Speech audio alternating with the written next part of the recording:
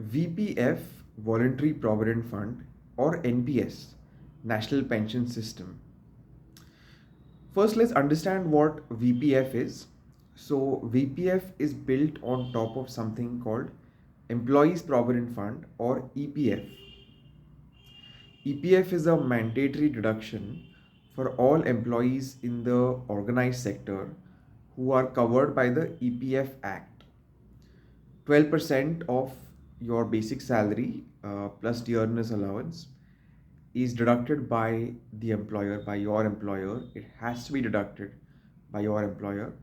It is matched by 12% by from the employer, and this amount is set aside as that month's EPF contribution, and it earns an interest rate which is declared every year by the EPFO, the Employees Provident Fund Organization, and this ranges usually between 8 to 9%. Now, Voluntary Provident Fund earns the same interest rate. It is managed by the same body, the EPFO. The only difference is that VPF, as the name suggests, is voluntary. You don't have to contribute, and there are no matching contributions by the employer, but you can contribute if you wanted to. And the maximum that you can contribute is 100% of your basic salary plus dearness allowance. Now, normally, most companies tend to keep the basic salary quite low as a component of C2C or cost to company. Your cost to company is your total salary package. It would include basic, then house rent allowance, then special allowance, then any kind of reimbursements you need to claim. All of that put together will constitute your C2C, and basic is a small part of it. So VPF, one limitation that VPF faces is that the maximum that you can contribute is is up to 100% of your basic salary, and of course plus dearness allowance. That doesn't make too much difference. It still is a small part of your overall package. um, on the positive side, an interest rate of 8 to 9% is quite good, and more importantly, it is tax free. It is tax free so long as you are a member of EPF, which means so long as you are employed in the organized sector. If you become self-employed or unemployed, or move to a small company which is in the unorganized sector, then that interest becomes taxable from the day that you leave the organized sector. This is another issue with both EPF and VPF, that is Employees Provident Fund and Voluntary Provident Fund. Um, Now let's turn to National Pension System or NPS. So NPS is available to anyone, whether they are in the organized sector, unorganized, self-employed, unemployed, whatever. And it is run very differently. So you contribute to the NPS corpus. Your employer, if your employer has enrolled you into the corporate NPS, then they will match it, and you decide how to invest the money. There are different pension fund managers, and then there are three asset classes, or rather four asset classes in the NPS, which is equity, debt, equity, government bonds, corporate bonds, and alternate assets. And you can decide the split between them. You can decide who the pension fund manager is. Um, and because NPS invests 75% of its corpus in equity, it has the power to compound a lot more than EPF over long periods of time.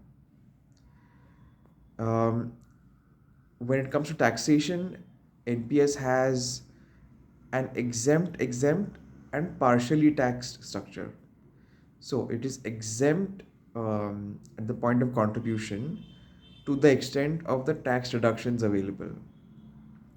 Deductions for NPS for your contribution, the employee's contribution, um, add up to 2 lakhs a year. So 1.5 lakhs of ATC and 50,000 of ATCCD 1B. For the employer's contribution, it is limited up to 10% of salary, and a maximum cap of 7.5 lakhs. And this cap applies to both EPF and NPS for the employer's contribution. Um, the NPS returns are completely tax free while they are held in the NPS account, regardless of your employment status. And this is a big benefit of NPS. You don't have to worry about being unemployed to affect that tax. At the time of retirement, 60% is tax free, can be withdrawn tax free at age 60. Um, and 40% compulsorily has to be used to buy an annuity or a fixed pension. um, the annuity rates tend to be close to FD rates, and this becomes a source of controversy. This is the negative point that NPS is associated with. But in my opinion, it's a small price to pay. We all need a fixed income pension in our retirement, and this annuity is taxable. Although it is taxable every year and not as a lump sum. So, for example, if you have a corpus of 1 crore and 40 lakhs has to be used to buy an annuity, and that 40 lakhs gives you an annuity of, let's say, 3 lakhs a year, then it is the 3 lakhs which are taxable every year and not the 40 lakhs. This is to be kept in mind when we say that the 40 lakhs or 40% is taxable. Um, by contrast, you can withdraw from the EPF um, and the VPF within, or rather after 2 months of unemployment, completely, 100%. People see this as a big advantage in terms of liquidity. Um, I personally think that the lock in for NPS actually protects you from a lot of bad decisions. Your money needs time to compound, especially retirement money, and the lock in is rather important. But for those who want liquidity, yes, for EPF, there's a lot more liquidity if you get unemployed for a period of 2 months. Um, and for VPF, there is no lock in as such. You can withdraw at any point. Again, great, but it doesn't help you compound your money if you keep withdrawing. Um, this is a brief comparison. All in all, everything, all things considered, I think the equity compounding power of NPS really makes it stand out.